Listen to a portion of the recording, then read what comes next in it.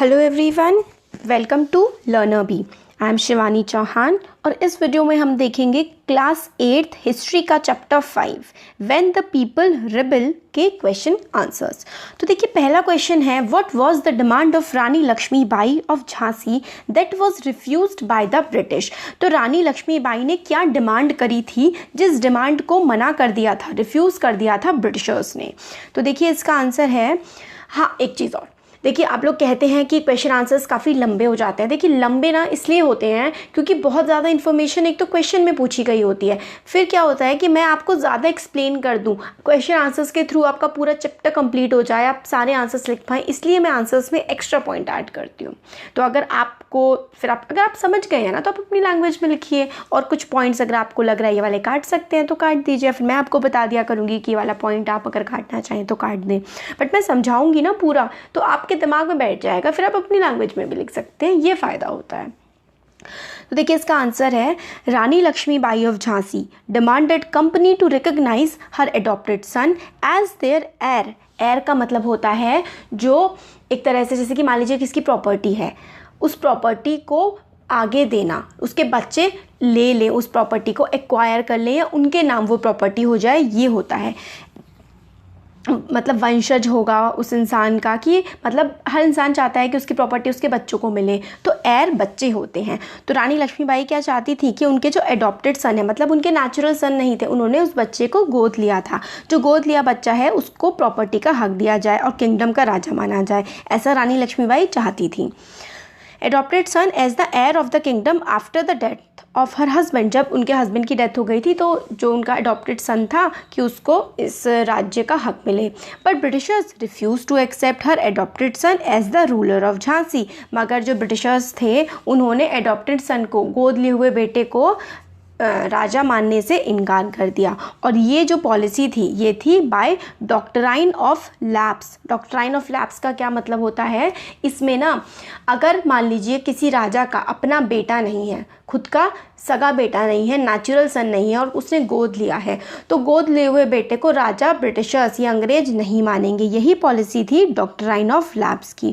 और doctrine of lapse की जो पॉलिसी है उसको जो लॉर्ड डलहौजी था ना, ये डलहौजी जो था, इसने इंट्रोड्यूस किया था डॉक्ट्राइन ऑफ लैप्स को। आप कैसे याद कर सकते थे कि डी से डॉक्ट्राइन, डी से डलहौजी, तो डॉक्ट्राइन ऑफ लैप्स को डलहौजी ने इंट्रोड्यूस किया था। और डॉक्ट्राइन ऑफ लैप्स का ये मतलब था कि अगर कोई एडॉप्टेड सन है, कोई गोद लिया हुआ बेटा है, तो उसको अंग्रेज सरकार, ब्रिटिश गवर्नमेंट जो है उसका वारिस नहीं मानेगी। एयर का मतलब होता है वारिस, कि जो प्रॉपर्टी राजा की है वो उसके बेटे को नहीं जाएगी। ये थी doctrine of lapse. If an Indian ruler died without a male heir his kingdom would lapse, मतलब ख़त्म हो जाएगी उसकी kingdom, and such kingdom would be annexed. Annexed का मतलब होता है हड़प लेना, और ऐसी किंगडम को हड़प लेगा कौन, मतलब किसके अंदर चली जाएगी, ब्रिटिश एम्पायर के अंदर। However company confident of its superiority and military powers turn down her please. तो देखिए रानी लक्ष्मीबाई ने क्या कहा था कि भाई जब उनके पति की डेथ हो गई थी तो उनका जो गोद लिया हुआ बेटा है उसको राजा माना जाए, मगर under policy of doctrine of lapse इसका मतलब था कि जो गोद लिया हुआ बेटा है उसको हम राजा नहीं मानेंगे। इस पॉलिसी के अकॉर्डिंग रानी झांसी जो थी उनकी बात अंग्रेज़ों ने नहीं मानी, और जो रानी लक्ष्मीबाई थी उनकी जो किंगडम थी, उनका जो राज्य था, उसको अनेक्स कर लिया गया ब्रिटिश गवर्नमेंट के द्वारा। तो ब्रिटिश एम्पायर में उनके राज्य को मिला लिया गया, क्योंकि ब्रिटिश एम्पायर को पता था कि भाई उनकी सुपीरियॉरिटी ज़्यादा है, मतलब उनकी सेना बहुत अच्छी है और वो झांसी को हरा देंगे। तो इसलिए उन्होंने रानी ऑफ झांसी, रानी लक्ष्मीबाई की बात नहीं मानी और उनके राज्य को हड़प लिया, और इसी में ही लड़ाई को लड़ते हुए ही लक्ष्मीबाई की डेथ भी हुई थी। नेक्स्ट क्वेश्चन है what did the britisher do to protect the interest of those who converted to Christianity. तो ब्रिटिशर्स ने क्या किया, जो लोग क्रिश्चियनिटी में कन्वर्ट हो गए, मतलब उन्होंने अपना धर्म बदल लिया और क्रिश्चियन बन गए, उनके इंटरेस्ट को, कि भाई उन्होंने धर्म बदला है तो उनका फ़ायदा होना चाहिए, क्योंकि भाई अंग्रेज़ों के धर्म में वो बदले हैं, तो ब्रिटिशर्स ने ऐसा क्या किया कि उनके इंटरेस्ट प्रोटेक्ट रहे उन लोगों के, मतलब उन लोगों को कोई नुकसान ना हो जो क्रिश्चियनिटी में कन्वर्ट हुए हैं। ऐसा मतलब उन्होंने कैसी पॉलिसीज़ बनाई उनको प्रोटेक्ट करने के लिए।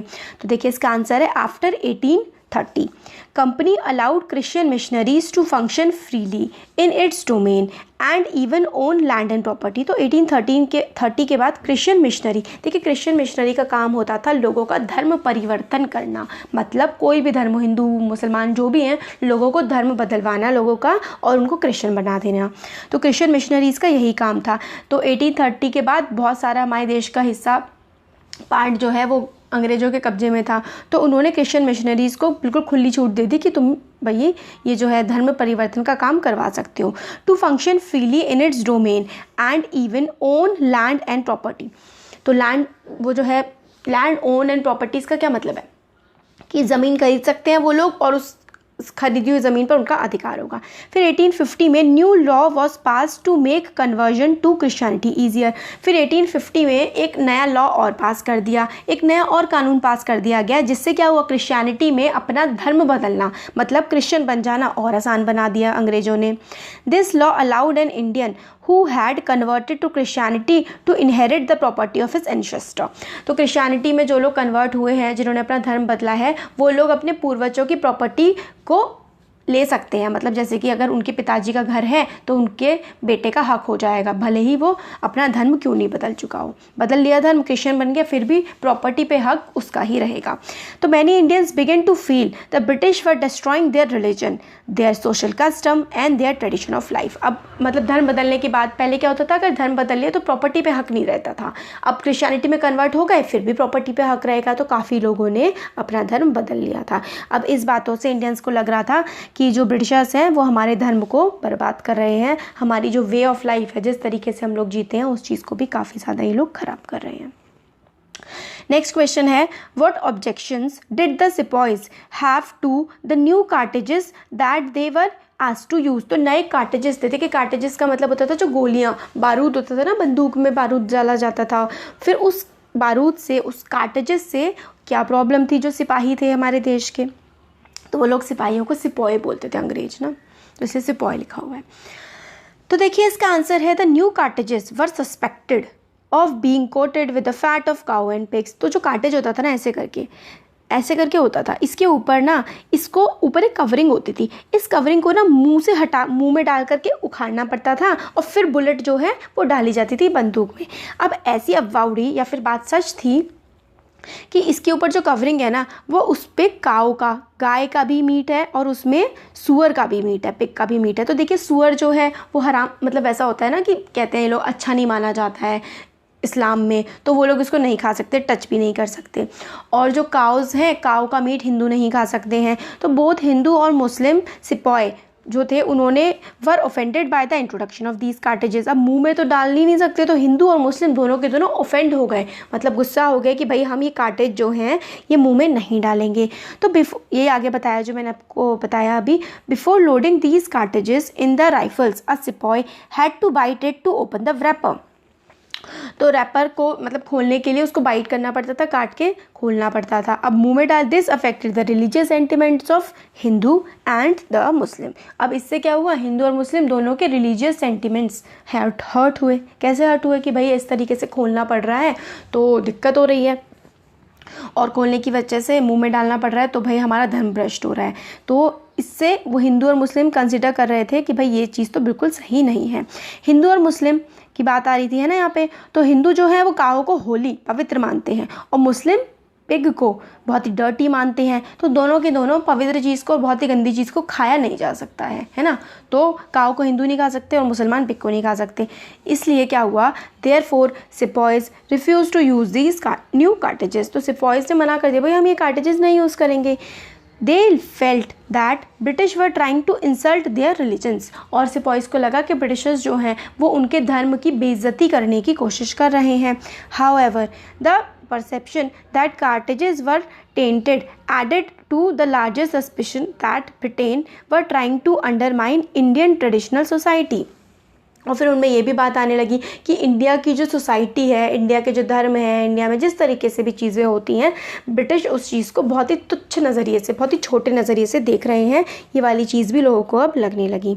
From their part the British did not pay enough attention to the growing level of sepoy discontent. Discontent का मतलब होता है नाराज़गी। अब मगर इतना सब कुछ हो रहा था, फिर भी जो है अंग्रेज़ों ने कोई ज़रूरत नहीं समझी कि सिपाहियों के सामने कुछ क्लैरिफिकेशन दी जाए कि भाई ऐसा है ऐसा नहीं है, कुछ नहीं सोचा, कुछ उन्होंने ज़रूरत नहीं समझी, कोई वैल्यू ही नहीं दी इस मैटर को। फिर क्या हुआ, 85 सिपाहीज were dismissed from service and sentence to 10 year in jail for disobeying their officer.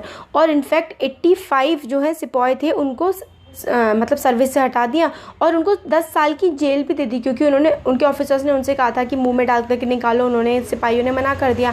तो भाई सिर्फ इतनी सी बात के लिए कि डिसओबे किया है, उनको 10 साल की सज़ा दे दी गई। नेक्स्ट क्वेश्चन है, how did last Mughal emperor live the last year of his life. तो आखिरी मुगल एम्परर जो थे बहादुर शाह जफ़र, उन्होंने अपने ज़िंदगी के आखिरी साल कैसे बिताए।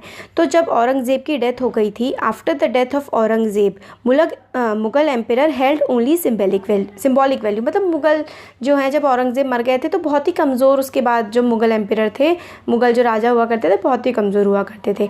बहादुर शाह जफ़र जो थे was the last emperor of Mughal dynasty. Mughal dynasty के लास्ट एम्परर थे बहादुर शाह जफ़र।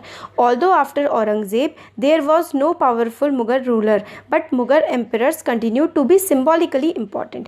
औरंगज़ेब के बाद कोई पावरफुल तो था नहीं मुग़ल शासक, मगर फिर भी सिंबल था एक तरीके से कि मुग़ल अथॉरिटी का, सिर्फ सिंबल, एक चिन्ह टाइप का था, बाकी उनके पास कोई पावर नहीं हुआ करती थी। नेक्स्ट है, in fact when massive rebellion against British broke out in 1857, Bahadur Shah Zafar the Mughal emperor at that time was persuaded and declared as the leader by the rebellions. The aging emperor had to accept this demand. तो फिर मतलब ऐसी हालत थी, बहादुर शाह जफ़र को कुछ मतलब नहीं था देश में क्या चल रहा है। 1857 का जो रिबेलियन हुआ था, मुग़ल एम्परर को उस टाइम लोगों ने परसुएट किया कि भाई आप इसका लीडर बन जाओ, बल्कि उन्हें कुछ करना नहीं था। फिर ही played an important role in the revolt of 1857 against British. काफ़ी इंपॉर्टेंट रोल ऐसे प्ले किया था कि बहादुर शाह जफ़र जो है वो लीडर के रूप में उभर के आए थे। Once the revolt was suppress, मगर जब रिवोल्ट को ख़त्म कर दिया गया, Bahadur Shah Zafar was tried in court, blinded and sentence to life imprisonment. तो बहादुर शाह जफ़र को अंधा कर दिया गया और पूरी लाइफ टाइम के लिए जेल में बंद कर दिया गया। His sons were shot dead in cold blood before him. और उनके सामने ही उनके बच्चों को, उनके बेटों को मतलब जिंदा मार दिया गया, गोली से उड़ा दिया गया। फिर at last he and his wife Begum Zeenat Mahal were sent to prison in Rangoon in October 1858। फिर रंगून में 1858 में बहादुर शाह जफ़र को भेज दिया गया और बहादुर शाह जफ़र रंगून में उनकी डेथ हो गई, जेल में 1862 में। तो जेल में उनकी डेथ हो गई। नेक्स्ट क्वेश्चन है, what could be the reasons for the confidence of British rulers about their position in India before May 1857। तो जो कॉन्फिडेंस था ब्रिटिश रूलर्स को इंडिया में कि भाई हम तो राज करते रहेंगे 1857 से पहले, वो कैसे बना था और उसके रीज़न क्या थे। तो देखिए इसका आंसर है, since the mid 18th century power of nawab and raja was on its decline. तो मिड 18th सेंचुरी जो था 1757 और ऐसे वाला जो टाइम था, उसमें जो राजा नवाब सबकी पावर बहुत ही कम होती जा रही थी। Presence of British residents in the court further added their authority and curtailed their freedom to administer their kingdom. अब जो है ब्रिटिश रेजिडेंट, ब्रिटेन के कुछ लोग रहा करते थे इन राजा महाराजा के किंगडम में, और उनकी अथॉरिटी को, मतलब राजा महाराजा कैसे डिसीज़न ले रहे हैं, हर चीज़ में वो लोग दखलंदाजी करते थे, और इससे राजा महाराजा की पोजीशन और भी ज़्यादा कमज़ोर हुए जा रही थी। 1757 से 1857 तक जो है कंपनी ने सक्सेसफुली अनेक्स किया था, मतलब अपने कब्जे में लिया था various Indian state virtually unopposed by using a variety of political, economic, diplomatic methods. It really had to use military power. और इसने ना 100 साल में बहुत सारे इलाकों को, बहुत सारे राज्यों को अपने कब्जे में ले लिया था। इकोनॉमिक पावर, कभी पैसा दे करके, कभी ऐसे ही मतलब ना इधर की उधर कर करके, एक राजा के साथ संधि करके दूसरे पे अटैक कर दिया, फिर जब दूसरा राजा कमज़ोर हो गया जिसके साथ संधि की थी उसी पे अटैक कर दिया। तो मिलिट्री पावर तो बहुत ही कम इन्हें इस्तेमाल करनी पड़ी, और ऐसे ही ये लोग बेवकूफ़ बना करके जो है राजाओं को मारे जा रहे थे और उनके राज्य को हड़पे जा रहे थे। तो उन्हें लग रहा था कि भाई ये लोग तो बेवकूफ़ हैं, उनके दिमाग में ये आ गई थी कि इंडियंस तो बेवकूफ़ हैं।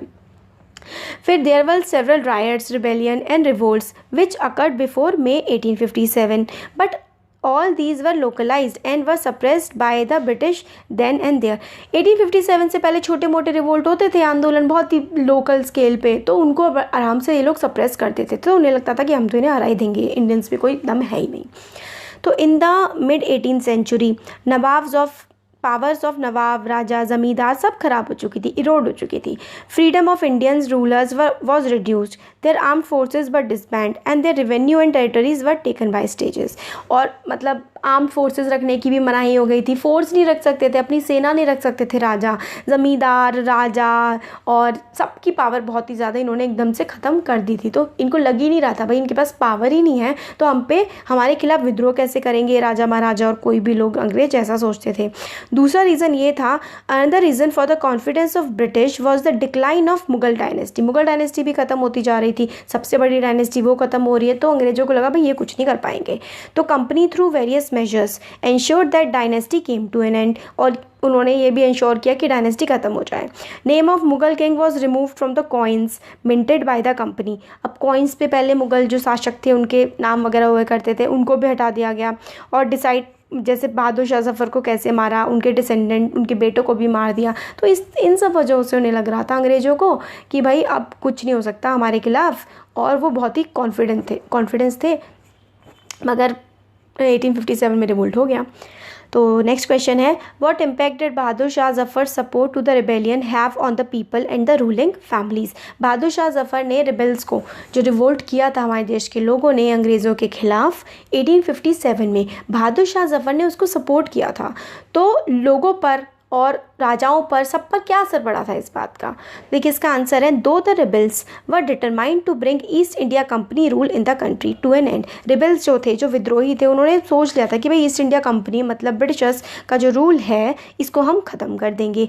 दे were faced with the question as to who would rule the land once the space of power fell vacant. But उन्हें लगा कि भाई अंग्रेज़ों को अगर हम ख़त्म कर देंगे तो रूल कौन करेगा, राज्य कौन करेगा फिर हमारे देश में. तो फिर क्या हुआ, there was a wide spread impact on the people of this country and its ruling families since Bahadur Shah Zafar accepted leadership and extended his support to the rebellion. फिर लोगों ने कहा कि भाई कौन रूल करेगा, तो बहादुर शाह जफ़र के पास गए. फिर जब बहादुर शाह जफ़र ने कहा कि ठीक है हम साथ देंगे, तो बाकी सारे जो राजे महाराजे थे उनको लगा कि हाँ भाई हम भी साथ देंगे और कुछ किया जा सकता है. तो ही आस्क्ड ऑल चीफ्स, और बहादुर शाह जफ़र ने सारे चीफ से, रूलर से, कंट्री के सबको मैसेज फॉरवर्ड किए और कहा कि हम सबको मिल करके अंग्रेज़ों के खिलाफ लड़ना चाहिए. तो single step taken by Bahadur Shah had great implications. क्या क्या थी? All small and big kingdoms, king, nawab, raja, prince, zamindar, chief and even many Hindu and Muslim religious leader welcome this and join hands to rebel against British. Regiment after regiment mutinated and started to join other troops at nodal points like Delhi, Kanpur, Lucknow. तो जैसे ही बहादुर शाह जफ़र ने कहा कि भाई हम हैं इसके leader और हम इसको सपोर्ट करते हैं, तो बहुत सारे राजा, बहुत सारे नवाब, जमींदार और रिलीजियस लीडर, पंडित, मौलवी वगैरह भी इस रिबेलियन को सपोर्ट करने लगे. और बहुत सारे जो हैं आर्मी के ट्रूप्स ने भी रिवोल्ट कर दिया अंग्रेज़ों के खिलाफ. जैसे कि दिल्ली, कानपुर, लखनऊ में ट्रूप्स ने कहा कि हम अब अंग्रेज़ों की बात नहीं मानेंगे और इनके खिलाफ लड़ेंगे. Bahadur Shah Zafar's decision to bless rebellion changed entire situation dramatically. When people saw this alternative, possibly they felt inspired and enthusiastic. फिर जब बहादुर शाह जफ़र ने डिसाइड किया कि वो रिबेलियन, विद्रोह को सपोर्ट करेंगे, तो सारी सिचुएशन बहुत ही एकदम चेंज सी हो गई और लोग इंस्पायर हुए, एंथुसियास्टिक हो गए कि अब हम जीत सकते हैं. तो देखिए ये आंसर आप यहाँ तक ख़त्म भी कर सकते हैं, इतना सफिशेंट हो चुका है. अब आगे जो है मैं आपको एक्सप्लेन कर रही हूँ ताकि आप ज़्यादा अच्छे से इसको समझ पाएँ. Many small rulers and chieftains felt that if Mughal ruler could rule again, they too would be able to rule their own territories once more under Mughal authority. उन्हें लगा कि अगर मुगल्स जो है आ जाएंगे फिर से, तो अब हमारी जो अंग्रेज़ों ने हड़प ली है अथॉरिटी, वो भी हमारे पास वापस आ जाएगी. फिर इसमें है, when the rebel forces reached Red Fort, Bahadur Shah was reluctant at first to take the might of the British. However, he had to give in and was thus proclaimed their leader. Having this symbolic head inspired rebel to fight the British with renewed confidence, hope and courage. फिर वो लोग मेरठ से सारे सिपाही गए थे red fort में रहते थे ना मुगल एम्पायर, वहाँ पर गए और उनसे कहा कि भाई आप हमारे लीडर बन जाओ. तो उन्होंने कहा ठीक है भाई हम आपके लीडर बन जाते हैं. पहले तो रिलक्टेंट थे, फिर मान गए. और फिर जब सबको लगा कि भाई बहादुर शाह जफ़र लीड कर रहे हैं, तो बाकी सब लोगों ने भी सपोर्ट किया और काफ़ी बड़ा विद्रोह अंग्रेज़ों के खिलाफ छिड़ गया. नेक्स्ट क्वेश्चन है, how did Britain succeeded in securing the submission of the rebel land owners of Awadh. तो ब्रिटिशर्स कैसे सक्सीड हो पाए थे सबमिशन, मतलब जो लैंड ओनर थे अवध के, जो ज़मींदार वगैरह थे, वो भी ब्रिटिशर्स के अंदर कैसे आ गए, मतलब ब्रिटिशर्स की बात कैसे मान ली उन्होंने। तो देखिए, during the revolt defeat of British forces in a number of battles caused number of uprisings against the British in various Indian state. Revolt जब हो रहा था तो ब्रिटिशर्स फोर्सेस काफ़ी ज़्यादा हार भी रही थी, तो काफ़ी सारे लोग हमारे देश के ब्रिटिशर्स के खिलाफ खड़े हो रहे थे। तो wide spread popular rebellion developed in region of Awadh. In particular the villages took to arms and the landlords lead them. तो पूरे देश में चल रहा था, पूरे नॉर्थ इंडिया में। तो अवध के जो लैंडलॉर्ड्स थे, जो ज़मींदार थे, वो मतलब एक सेना टाइप की उन्होंने बना ली और ब्रिटिशर्स के खिलाफ लड़ने लगे। British had to fight for 2 years to suppress the massive forces of popular rebellion. और ब्रिटिशर्स को 2 साल लग गए इस पूरे आंदोलन को दबाने में। After defeat of the rebel forces, British had a two-pronged strategy to suppress rebels and the rebellion। तो डिफीट जब हो गई रिबेल्स की, जब रिबेल्स हार गए, तो ब्रिटिश को 2 तरीके की उन्होंने पॉलिसी अपनाई थी, रिबेल्स को और रिबेलियन को सप्रेस करने के लिए। मतलब रिबेल्स जो विद्रोह कर रहे हैं और रिबेलियन पूरा विद्रोह, तो विद्रोह और विद्रोहियों को दबाने के लिए 2 तरीके की पॉलिसी अपनाई।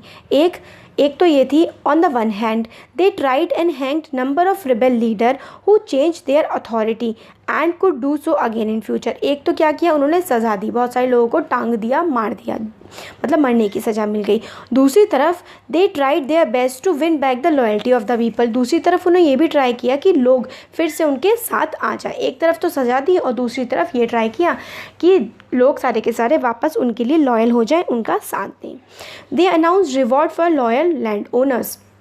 तो जो लोग, जिन लैंड ओनर्स ने, जिन ज़मींदारों ने उनका साथ दिया था, उनको क्या किया गया, रिवॉर्ड दिए गए। They were assured that they would be allowed to continue to enjoy traditional right over their land. Those who had rebelled were told that if they submitted to British and if they had not killed any white people, they would remain safe and their right and claims to land would not be denied। और जो लोग ने, मतलब जिन लोगों ने उनका साथ दिया था, उनको तो ज़मीनें वगैरह दी गई, बहुत कुछ इनाम दिए गए। और जिन लोगों ने उनका साथ नहीं दिया था, मगर उन्होंने किसी भी वाइट को नहीं मारा था, मतलब किसी भी अंग्रेज को नहीं मारा था, तो उनसे कहा कि तुम अपने जो है लैंड राइट हम तुम्हें दे देंगे, मगर दोबारा तुम जो है कभी रिबेल नहीं करोगे। अगर करोगे तो फिर जो है तुम्हारे जो राइट्स हैं सब कुछ ले लिए जाएंगे और अब तुम्हें हमारी सारी बातें माननी पड़ेंगी। ऐसे करके जो है लोगों को बहला फुसलाकर अपनी साइड इन्होंने कर लिया। नेक्स्ट क्वेश्चन है, in what ways did the British change their policy as the result of rebellion of 1857। 1857 के विद्रोह के बाद अंग्रेज़ों ने अपनी पॉलिसीज़ को किस तरीके से बदला। तो इसका आंसर है, देखिए, changes in the policies of British after suppression of rebellion of 1857। क्या क्या बदलाव आए। तो British crown took over control of administration. पहले कंपनी का रूल चलता था, अब ब्रिटिश सरकार का, सरकार मतलब राजा रानी, रानी का रूल रहेगा, ब्रिटिश क्राउन का। British parliament passed an act in 1859 under which power of East India Company were transferred to British Crown in order to ensure a more responsible management of Indian affairs. Governor General of India was given title of Viceroy. Viceroy governor general जो पहले कहा करते थे, उन्हें viceroy कहा जाने लगा। और पहले कंपनी का रूल चलता था, अब ब्रिटिश क्राउन का रूल रहेगा। और ब्रिटिश क्राउन बहुत ज़्यादा एक रिस्पॉन्सिबल गवर्नमेंट उन्होंने बनाई और गवर्नर जनरल बनाया, जिसका नाम पहले गवर्नर जनरल था, वॉइसरॉय उसको कहने लगे। और बहुत सारी पावर्स वॉइसरॉय को दे दी गई ताकि इंडिया में उनका जो रूल है, उनका राज्य सही तरीके से चलता रहे। नेक्स्ट पॉइंट आता है, doctrine of lapse was abolished, right to adoption was recognised and the adopted son would be treated as the heir to the throne. तो जो पहले डॉक्ट्राइन ऑफ लैप्स थी ना, जिसकी वजह से इतने सारे राज्यों ने विद्रोह किया, उसको हटा दिया गया। अब जो गोद लिया हुआ बेटा था, एडॉप्टेड सन था, उसको भी राज्य का अधिकार मिल सकता था। They were made to acknowledge British queen as their sovereign paramount, thus Indian rulers were to hold their kingdoms as subordinate to the British crown. तो मतलब राज्य वापस कर दिए गए और जितने भी राजा थे उनसे ये कहा गया कि आपको जो है हमारी क्वीन को सबसे ऊपर मानना पड़ेगा, तो आप अपना किंगडम अपने पास रख सकते हैं। आगे है proportion of Indians in the English army was reduce. पहले इंग्लिश मतलब जो था आर्मी में बहुत सारे लोग इंडियंस थे, बट अब क्या करा इन्होंने, नंबर रिड्यूस कर दिया। All important post were given to Europeans only. It was decided that more soldiers would be recruited among Gorkha, Sikh और पठान। तो गोरखा, सिख और पठान जो इनके साथ लॉयल रहे थे 1857 में, इनको ज़्यादा से ज़्यादा पोस्टों पे रखा जाएगा और बड़ी पोस्ट जो हैं वो सिर्फ अंग्रेज़ों के लिए, यूरोपियंस के लिए सेव करके रख दी गई। Land and property of Muslim was confiscated on a large scale and they were treated with suspicion and hostility. और जो मुसलमान थे वही लीडर थे ना बहादुर शाह जफ़र, तो मुसलमानों की प्रॉपर्टी को मतलब अपने कॉन्फिस्केट कर लिया गया, मतलब हड़प लिया गया। अंग्रेज़ों ने उसको अपने कब्ज़े में ले लिया और उनको सस्पिशन से, मतलब ऐसी नज़रों से देखने लगे कि ये विद्रोह कर सकते हैं। British believe that they were responsible for rebellion in the big way. British ये बिलीव करते थे कि मुसलमान जो हैं, मुस्लिम्स हैं, वही जो विद्रोह हुआ है उसके लिए वही रिस्पॉन्सिबल हैं। Policies were made to protect and safeguard the landlords and zamindar and give them security of rights over their land and property. ज़मींदारों को उनकी प्रॉपर्टी वापस कर दी गई और मतलब बोला गया कि अब तुम्हारी सिक्योर है, तुम्हारे राइट्स जो हैं वो पूरी तरीके से तुम्हें हक सारे दिए जा रहे हैं। नेक्स्ट पॉइंट है promised non-interference in the sphere of religion. British assured that people of India that their religious customs, social practices would be respected and not interfered. और ब्रिटिशर्स ने लोगों से ये वादा किया कि आपका जो रिलीजियस प्रैक्टिसेस हैं, आपके जो धर्म से रिलेटेड चीज़ें हैं, उसमें हम दखलंदाजी नहीं करेंगे, आप अपनी प्रैक्टिसेस को फॉलो कर सकते हैं। तो पूरा चैप्टर के क्वेश्चन आंसर्स का एक्सप्लेनेशन हो गया है। आपको कैसा लगा वीडियो कमेंट सेक्शन में कमेंट करके ज़रूर बताइएगा। अच्छा लगा वीडियो तो लाइक करिए, चैनल को सब्सक्राइब करिए, अपने फ्रेंड्स के साथ भी शेयर करिएगा। Thank you.